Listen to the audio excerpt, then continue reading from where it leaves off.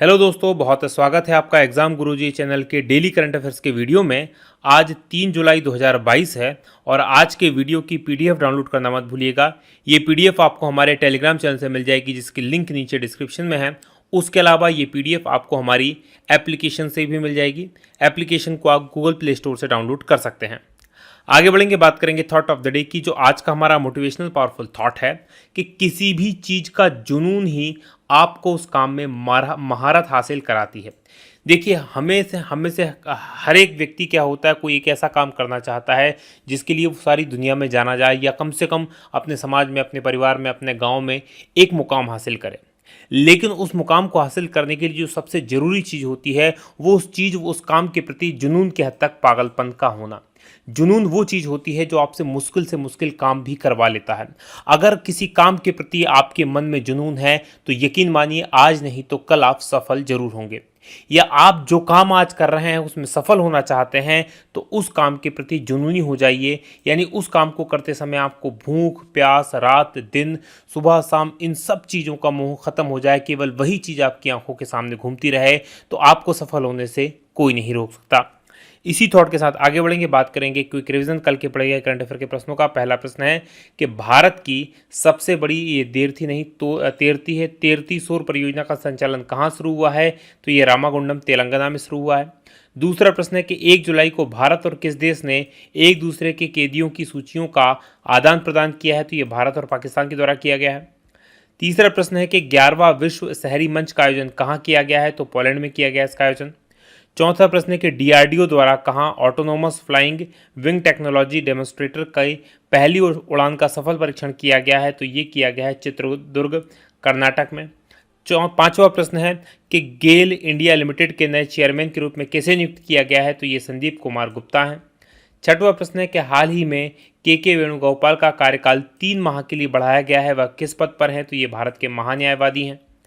सातवां प्रश्न है कि किस राज्य सरकार ने काशी यात्रा योजना का शुभारंभ किया है? तो इसका शुभारंभ किया गया है कर्नाटक के द्वारा। आठवां प्रश्न है कि हाल ही में किस राज्य में यूरेनियम के विशाल भंडार पाए गए हैं? और ये राजस्थान के सिरोही जिले में मिले हैं। नवां प्रश्न है कि किसके द्वारा सेंट्रल एयर कमांड के air officer commanding in chief का पद संभाला गया है? तो ये एयर मार्शल AP सिंह है। 10वां प्रश्न है कि केतनजी ब्राउन जैक्सन किस देश की सुप्रीम कोर्ट की पहली महिला अश्वेत जज बनी हैं? और ये अमेरिका की बनी हैं। ये था हमारे कल के पढ़े गए करंट अफेयर के प्रश्नों का क्विक रिवीजन। आगे बढ़ेंगे, आज के प्रश्नों की बात करेंगे। आज के करंट अफेयर का पहला प्रश्न है, उससे पहले मैं आप लोगों से निवेदन करूंगा, अगर आपको ये वीडियो पसंद आ रहा है तो इसे अपने दोस्तों के साथ शेयर करना मत भूलिए। इससे आप मेरी बहुत ज़्यादा सहायता कर पाओगे। साथ में वीडियो कैसा लगा कमेंट करके बताइएगा, और हाँ, वीडियो को लाइक करना मत भूलिएगा। पहला प्रश्न है कि यायर लेपिड किस देश के प्रधानमंत्री बने हैं? और यायर लेपिड जो हैं 14वें प्रधानमंत्री बने हैं इजराइल के, यानी कि बी ऑप्शन प्रश्न का सही उत्तर है। डिटेल देख लीजिए क्या है। तो यायर लेपिड जो हैं वो इजराइल के 14वें प्रधानमंत्री बन गए हैं। अभी वर्तमान की बात करें तो वर्तमान में ये इजराइल के विदेश मंत्री थे, और अब ये विदेश मंत्री से प्रधानमंत्री बन गए हैं। अगर इजराइल की बात करें तो इजराइल में चुनाव को लेकर बहुत स्थिति खराब है, क्योंकि 5वीं बार पिछले 4 वर्षों से भी कम समय में 5वीं बार यहाँ पर आम चुनाव हो रहे हैं। और इस बार ये आम चुनाव जो होंगे लगभग अक्टूबर नवंबर के महीने में होंगे। और इसका प्रमुख कारण ये है कि किसी भी पार्टी को यहाँ पर पूर्ण बहुमत नहीं मिल रहा है। तो ये आम चुनाव होने तक क्या करेंगे, अंतरिम PM के रूप में काम करते रहेंगे। इससे पहले कौन थे यहाँ के प्रधानमंत्री? तो नफ्ताली बेनेट जो थे वो इजराइल के सबसे कम समय के लिए प्रधानमंत्री रहे, और जब प्रधानमंत्री बने उससे 1 साल के बाद ही उनकी सरकार गिर गई। इजराइल के इतिहास में सबसे लंबे समय तक कोई प्रधानमंत्री रहा है 12 साल के लिए, तो वो बेंजामिन नेतन्याहू बने हैं। तो अभी आपको ये याद रखना है कि जो इजराइल है वहाँ की राजनीतिक स्थिति बहुत खराब है, क्योंकि पिछले 4 साल में 5 बार चुनाव होने के बाद भी किसी भी पार्टी को पूर्ण बहुमत नहीं मिल पा रहा है। और इसी के कारण अभी पिछली बार जो नफ्ताली बेनेट की जो सरकार बनी थी, ये 2 ऐसी पार्टियों ने मिलकर बनाई थी जो एक दूसरे की वैचारिक रूप से ध्रुव विरोधी हैं। इसी जैसे आज भारत में कांग्रेस और बीजेपी है, तो इसी प्रकार की ध्रुव विरोधी पार्टियों ने मिलकर ये सरकार बनाई थी, लेकिन ये सरकार ज़्यादा दिन तक चल नहीं पाई थी। बात करें इजराइल की तो यह की राजधानी यरूशलेम है, प्रधानमंत्री यायर लेपिड है, और मुद्रा यहाँ की इजराइल की नई शेकेल है।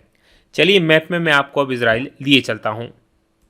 तो जैसा कि आप स्क्रीन पर देख पा रहे हैं, ये हमारा भारत है और हमारे भारत से अगर आपको इजराइल जाना है तो मूव करना पड़ेगा पश्चिम की तरफ। पश्चिम में आप जाएंगे तो यहाँ पर आपको दिखाई देगा, ये जो छोटा सा देश आपको दिखाई दे रहा है ये इजराइल है, जो कि पिंक कलर में आपको दिखाई दे रहा है। यहाँ पर मैं देखेंगे ये इजराइल का इस प्रकार का झंडा दिखाई देता है। अब इजराइल के आसपास कौन कौन से देश है, तो ऊपर की तरफ यानी उत्तर में देखेंगे तो यहाँ पर ये ब्लू कलर का जो देश है ये लेबनान है, ये जो ग्रीन कलर का देश है ये सीरिया है, ये जो येलो कलर का देश है ये जॉर्डन है, और नीचे की तरफ देखेंगे ये जो ब्लू कलर का बड़ा सा देश है ये मिस्र है, इजिप्ट है। इसके अलावा इजराइल के पास में ही फ़लस्तीन या फ़िलिस्तीन है। यहाँ पर आप देखेंगे ये फ़िलिस्तीन या फ़लस्तीन है। आप में से बहुत सारे लोगों को इजराइल और फ़लस्तीन के बारे में पता होगा। ये दोनों देश आपस में इस तरह से इतनी कंट्रोवर्सी में रहते हैं कि जिसकी कोई हद नहीं। बहुत ज़्यादा कंट्रोवर्सी इनके बीच में होती रहती है और इसी के कारण ये लगातार न्यूज़ में भी बने रहते हैं। इसके साथ यहाँ पर एक डेड सी नाम की भी जगह है, तो ये भी आप याद रखिएगा। नीचे जो इजराइल की सीमा लगती है वो गल्फ ऑफ अकाबा के साथ भी लगती है और ये भूमध्य सागर है। आगे बढ़ेंगे, बात करेंगे अगले प्रश्न। अगला प्रश्न दूसरा है कि विश्व यूएफओ दिवस कब मनाया जाता है, और ये जो दिवस मनाया जाता है ये 2 जुलाई को मनाया जाता है, यानी कि सी ऑप्शन प्रश्न का सही उत्तर है। डिटेल देख लीजिए क्या है। तो अंतर्राष्ट्रीय स्तर पर हर साल 2 जुलाई को विश्व यूएफओ दिवस के रूप में मनाया जाता है और इसका उद्देश्य ये है कि लोगों को जागरूक किया जाए कि ब्रह्मांड में हम अकेले नहीं हैं, बल्कि और कई विकसित सभ्यताएं भी ब्रह्मांड में हो सकती हैं। ये क्यों मनाया जाता है 2 जुलाई को? क्योंकि 2 जुलाई 1947 को न्यू मैक्सिको में रोजवेल नाम के एक अमेरिका की वायुसेना का गुब्बारा नष्ट हो गया था। रोजवेल के पास में ये गुब्बारा नष्ट हुआ था और इसके बारे में ऐसी बात फैली थी कि ये एक उड़न तस्तरी से टकराया था, जिसके कारण ये गुब्बारा नष्ट हो गया था और इसी कारण 2 जुलाई को इसको मनाया जाता है।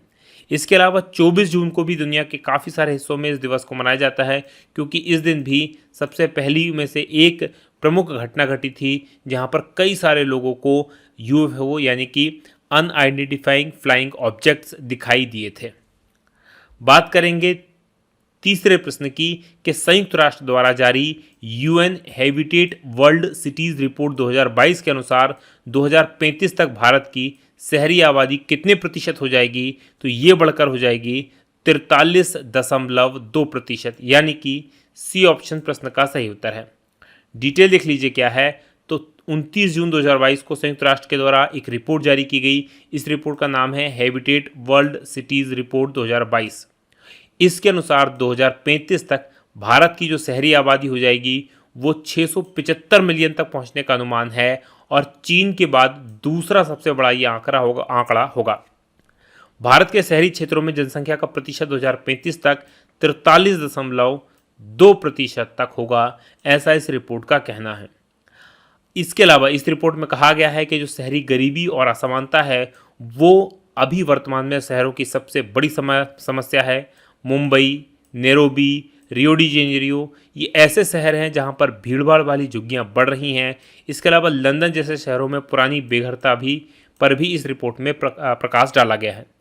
अच्छा, वर्तमान में अगर आपसे पूछा जाए कि नगरीय प्रतिशत जो 2011 की जनगणना है उसके हिसाब से नगरीय जनसंख्या का प्रतिशत कितना है, तो 31.15 या 16% वर्तमान में नगरीय जनसंख्या है। एमपीपीएससी में 2021 का जो पेपर हाल ही में हुआ है उसमें ये प्रश्न आया हुआ भी है। बात करें संयुक्त राष्ट्र संघ की, तो इसकी स्थापना जो हुई थी वो हुई थी 24 अक्टूबर 1945 को। इसका मुख्यालय न्यूयॉर्क में है। इसके महासचिव हैं एंटोनियो गुटेरस और सदस्य देशों की संख्या की बात करें तो 193 देश इसके सदस्य हैं। आधिकारिक 6 भाषाएं हैं, अंग्रेजी, अरबी, चीनी, फ्रांसीसी, रूसी और स्पेनिश। बात करेंगे अब हम चौथे प्रश्न की। क्रिसिल जो कि एक रेटिंग एजेंसी है, इसने वित्त वर्ष 2022-23 के लिए भारत का जीडीपी विकास अनुमान घटाकर कितने प्रतिशत कर दिया है? तो इसने घटाकर कर दिया है 7.3%, यानी कि ए ऑप्शन प्रश्न का सही उत्तर है। डिटेल देख लीजिए क्या है। तो घरेलू रेटिंग एजेंसी है क्रिसिल। इसने जो फाइनेंशियल ईयर 2023 यानी कि 22-23 में भारत का जो वास्तविक जीडीपी विकास अनुमान दर है उसको घटाकर 7.3% कर दिया है और पहले क्रिसिल ने यह अनुमान लगाया था 7.8% का, अब घटाकर उसको 7.3 कर दिया है। कारण क्या है? तो एक तो जो तेल की लगातार कीमतें बढ़ रही हैं, उसके कारण महंगाई बढ़ रही है। निर्यात में जो मांग आती है उसमें भारत में कमी बनी हुई है, और जो मुद्रास्फीति यानी कि इन्फ्लेशन है वो लगातार उच्च मुद्रास्फीति के कारण भी ये जो दर है ये कम आंकी गई है। बात करेंगे अब हम पांचवें प्रश्न की कि CII गुणवत्ता रत्न पुरस्कार 2021 से किसे सम्मानित किया गया है, और ये सम्मानित किया गया है अशोक सूता को, यानी कि डी ऑप्शन प्रश्न का सही उत्तर है। डिटेल देख लीजिए क्या है। तो हैप्पीएस्ट माइंड टेक्नोलॉजी एक कंपनी है, इसके संस्थापक और कार्यकारी अध्यक्ष अशोक सूता को CII गुणवत्ता रत्न पुरस्कार 2021 से सम्मानित किया गया है। ये पुरस्कार जो है 2019 में शुरू किया गया था, हर साल दिया जाता है, और ये पुरस्कार ऐसे लोगों को दिया जाता है जो गुणवत्ता अभियान में उत्कृष्ट नेतृत्व, योगदान और विशिष्ट सेवा प्रदान करते हैं, तो उनको ये पुरस्कार दिया जाता है। बात करें छठवें प्रश्न की कि फाइनेंशियल एक्शन टास्क फोर्स के अध्यक्ष के रूप में किसने कार्यभार संभाला है, और ये कार्यभार संभाला गया है टी राजा कुमार द्वारा, यानी कि ए ऑप्शन प्रश्न का सही उत्तर है। कौन है टी राजा कुमार और क्या है इस प्रश्न की डिटेल देख लीजिए। तो सिंगापुर के हैं रहने वाले टी राजा कुमार, इनको फाइनेंशियली एक्शन टास्क फोर्स यानी FATF के अध्यक्ष के रूप में कार्यभार ग्रहण कर लिया है। ये आपको याद रखना है, ये भारतीय मूल के हैं लेकिन सिंगापुर के निवासी हैं। इन्हें जर्मनी के डॉक्टर मार्कस प्लियर के स्थान पर इस पद के लिए चुना गया है, और राजा जो हैं वो सिंगापुर के गृह मंत्रालय में वरिष्ठ सलाहकार के पद पर काम कर रहे हैं। इसके अलावा 1 जनवरी 2015 से सिंगापुर के FATF मिशन के भी ये प्रमुख रहे हैं। ये आपको याद रखना है। FATF क्या करता है? ये एक वित्तीय कार्यवाही कार्यबल है, यानी एक अंतर सरकारी निकाय है जिसमें बहुत सारे देशों के सदस्य इसमें हैं। इसे फ्रांस की राजधानी पेरिस में G7 समूह के देशों के द्वारा 1989 में स्थापित किया गया था। इसका काम क्या है? इसका काम अंतर्राष्ट्रीय स्तर पर धन शोधन ये है, जिसे इंग्लिश में मनी लॉन्ड्रिंग कहा जाता है, और सामूहिक विनाश के हथियारों के प्रसार और आतंकवाद के वित्त पोषण का पर कड़ी निगरानी रखने के लिए जो है ये संस्थान काम करता है। FATF पाकिस्तान पर इसी संस्थान ने ग्रे कलर की सूची में पाकिस्तान को डाला हुआ है।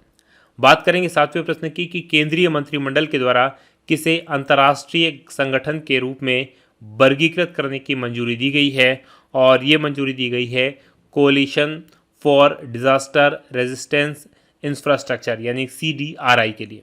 डिटेल देख लीजिए क्या है। तो जो केंद्रीय मंत्रिमंडल है भारत का, उसने condition for disaster resilient infrastructure यानी CDRI को अंतर्राष्ट्रीय संगठन के रूप में वर्गीकृत करने की मंजूरी दे दी गई है।